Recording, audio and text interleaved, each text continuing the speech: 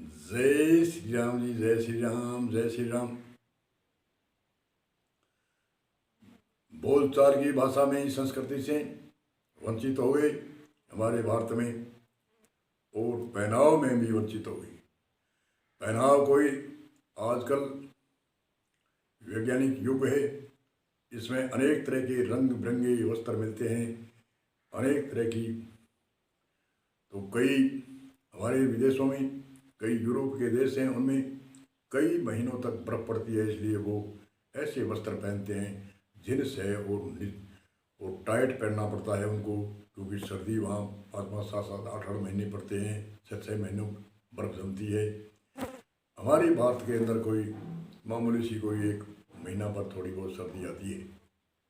और हमारे 6 प्रकार की ऋतु, 12 प्रकार की वायु, आभूमंडल, गर्मी सर्दी, सर्दी गर्मी बराबर, ऐसे ऐसे करके हमारे भारत के अंदर तो बहुत ही अच्छी तरह की मौसम है। विदेशों से यहाँ घूमने आते हैं, जो अधिक ठंड पड़ती है वह गर्म क्षेत्र में जाते हैं, और अधिक गर्मी वाले देश में रहते हैं वो सर्दी की जगह आती है, जैसे जम्मू कश्मीर आदि में, हिमाचल आदि में। हमारे भारत में 6 प्रकार की ऋतु और 12 प्रकार की वायु है, इसलिए हमारे पहनाव हमें वस्त्र हमेशा ही वास्तु के अनुकूल ही पहनना चाहिए। वास्तु मतलब हमारे शरीर के अनुकूल, वास्तु का अर्थ है हमारे स्वास्थ्य के अनुकूल, हमारे शरीर के अनुकूल। जो विदेशों में जो टाइट पैंट जींस आदि ऐसे पहनते हैं, तो हमारे यहाँ इतनी टाइट नहीं पहननी चाहिए। और दूसरी, मौसम बदल जाती है, पहनाव हमारी नहीं बदलता। जुराब सर्दी में पहननी जरूरी है, और गर्मी आई तो जुराब। और जुराब में दुर्गंध आती है, बूटों के अंदर दुर्गंध आनी शुरू होती है, तो मालूम नहीं पड़ होता कि ये प्रकृति कहती है ये बंद करो। कहने का अर्थ है जो हमारे अनेक रंग, अनेक पहनाव, थोड़े ल्यूड और सॉफ्ट ही कपड़े वस्त्र पहनने चाहिए, जिससे हमारे कई शरीर की बीमारियां और स्वास्थ्य और अच्छा हो। वस्त्र पहरो अनेक तरह के, आजकल युवा है, अनेक तरह के पहरो, अपनी शौक से पहरो, क्या है पहनने चाहिए। परंतु एक तो काले वस्त्र नहीं पहनने चाहिए। काले वस्त्र निषेध क्यों है कि काले वस्त्रों में हमारे सूर्य का प्रकाश अंदर नहीं जाता, और हमारे शरीर के अंदर सूर्य का प्रकाश जाना जरूरी है। जब तक प्रकाश नहीं जाता, इसलिए ही आजकल कई बीमारी, एसी के कमरों में रहते हैं, एसी की गाड़ी में रहते हैं, धूप नहीं देखते हैं, धूप को सहन नहीं करते हैं, इसलिए कई बीमारियां होती है। हमारे सूर्य की अगर ये प्रकाश नहीं हुआ तो हमारा जीवन भी, जन्म भी नहीं होता, ये निश्चय। और जन्म हो भी जाता तो सूर्य अगर ये नहीं है तो जड़ी बूटी 1% भी नहीं होती। इसलिए सूर्य हमारे अनेक तरह के विटामिन डी जो हम खाते हैं उनको तैयार करने की शक्ति सूर्य में होती है। वो हम जो पेट में डाल तो लेते हैं, परंतु उसको पचाने में, उसको ऊर्जा देने में, उसको विटामिन डी आदि अनेक तरह की देने में सूर्य की शक्ति है। इसलिए सूर्य का प्रकाश नहीं जाता काले वस्त्रों में, इसलिए काला वस्त्र निषेध है। दूसरे, हमारे काले वस्त्र पहले देश निकाला देते थे, उनको देते थे। तीसरा कारण है जो काला वस्त्र, जो हमारे कई ऐसी शासन आए जिनमें महिलाओं ने एक अपना एक गुप्त एक पर्दा बनाया था। तो पर्दा तो वो बाहर निकलने के कारण था कि बार जाए, इतने देर पर्दा रहे। देव लोग से कोई महिला, स्त्री, बालिका बाहर जाती थी, कभी कभी बाहर जाने का काम पड़ता था, घर में नहीं पहनते थे पहले। घर में क्यों? घर में तो एक सिर्फ वस्त्र जो वास्तु के अनुकूल दो वही पहनते थे, और अब वो रिवाज भी बन गई कि चाहे घर में पहने, बाहर भी पहने, कैसे भी पहने। सौंखिया बना लिया। सौंखिया जो हमारे वास्तु के अनुकूल है, जो हमारे शरीर के अनुकूल है, जो शरीर को स्वास्थ्य देने वाले वस्त्र है, उन्हीं वस्त्रों को पहनना चाहिए। जैसे हमारे डॉक्टरों के पास आँख कराने जाते हैं, तो आँख कराने पर वो कहते हैं काली चश्मा लगाओ। क्यों?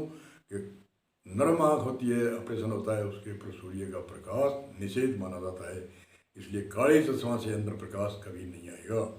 इसलिए काले वस्त्र छोड़कर जितने भी वस्त्र है पहनो, परंतु लीव्स पहनो। कई तो इतनी टाइट पजामी बच्चों को पहनाते हैं तो बच्चों स्नान घर में नहीं पहन सकते, उसको बेड पर आकर के खींच खींच के वहाँ पहनाते हैं। अरे ये क्या, कैसे तो ये इसको बैठेगा, कैसे उठेगा, और क्यों इसके शरीर को खराब करते हैं। जो कोई नकल थोड़ी है, थोड़ा ठीक थोड़ा सा ल्यूज, बैठने में आसान हो, पैरने में आसान हो, ठीक है। ज़्यादा कई अलग अलग रिवाज चलती है, कभी ज़्यादा गहरा होता है ढीला, कभी टाइट, परंतु इतना टाइट होना चाहिए जितने से हमारे उठने बैठने में दिक्कत ना हो।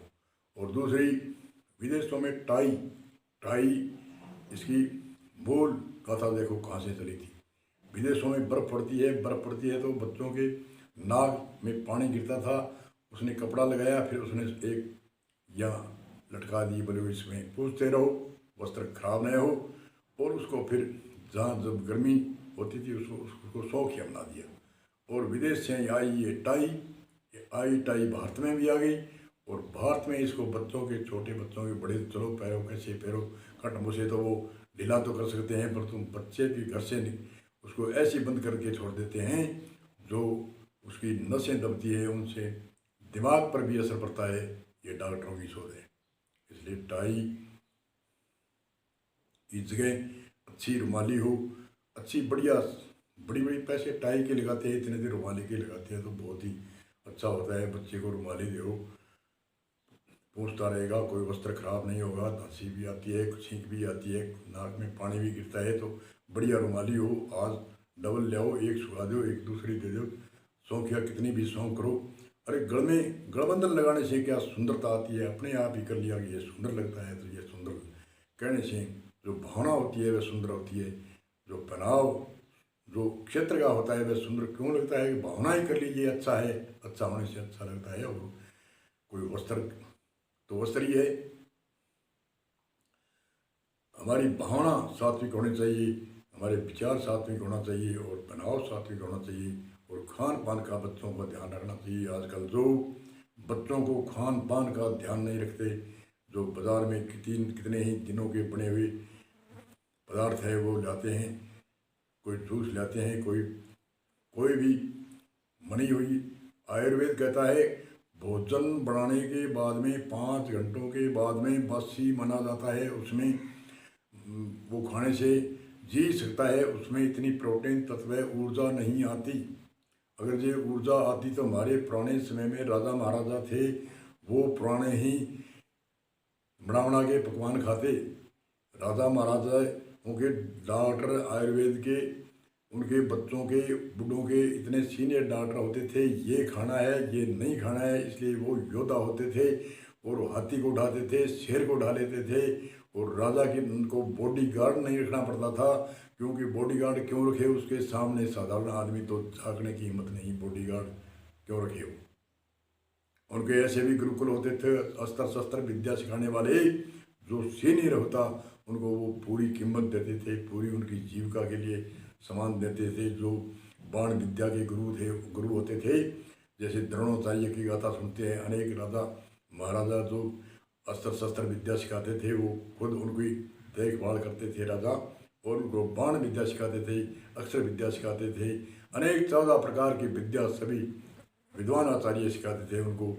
वह जीविका के लिए नौकरी देते थे, वेतन देते थे, और वेतन फुल, परंतु हमें जो बाण विद्या अस्त्र शस्त्र सिखाई है वो पब्लिक को, सीधी मिलिट्री को, फौजी को नहीं सिखानी है। इसलिए पुराने समय में जो राजाओं के लड़ने की जो कुश्ती, गदा, शैले से, तलवार से, ढाल से, आदि से, अनेक तरह के बाण विद्या से, अस्त्र शस्त्र की विद्या इतनी तेज थी जो 1 मिनट में सैकड़ी बाण चला देते थे, इतनी उसकी शक्ति थी। तो आज राजाओं की जो बॉडीगार्ड रखने वाली है, उनकी तो शक्ति क्या है, उठने की शक्ति नहीं, बैठने की शक्ति नहीं। डॉक्टर को पूछो, इसके ये ऊर्जा वाली वस्तु तो खा ही नहीं सकता, देख भी ले तो उसको कमजोरी आ जाती है। खाने का तो बात कहाँ, उसमें कहाँ ताकत आई है, उनको तो दूसरे बॉडीगार्ड नहीं रखने पड़ेंगे। इसलिए हमारे बच्चों को सावधान रखें, बच्चों का स्वास्थ्य का ध्यान रखें। पुराने इतिहास अभी भी है, आज कोई ऐसी नहीं है। इसलिए बच्चों को स्वस्थ रखने के लिए ये भावी पीढ़ी है, ये वर्तमान पीढ़ी है, आगे भावी पीढ़ी क्या होगी, इनकी बॉडी कैसी होगी, उनकी कद कैसा होगा, उनकी ऊर्जा शक्ति कैसी होगी। इसलिए हमारी आज वर्तमान के युवा है, अपने पुत्र पुत्रियों को बड़ी सावधानी से अच्छी वस्तु खानी चाहिए, जिससे उनकी बॉडी भी बने, उनकी स्वास्थ्य रहे, उनका बीमार न हो। ऐसे ध्यान रखने से हमारे तो एक रिवाज बन गई, चलो हॉस्पिटल चलो, फ्री में दवाई मिलती है, चलो ले आओ, कोई भी दवाई है वो फ्री मिलती है, ले आओ।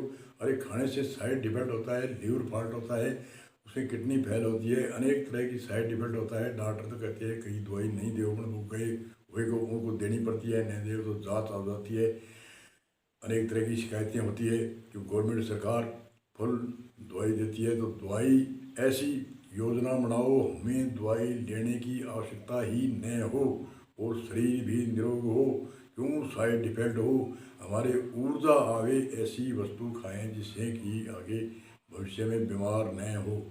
इसलिए आज वर्तमान युवा पीढ़ी है, उनको सावधान रखना है।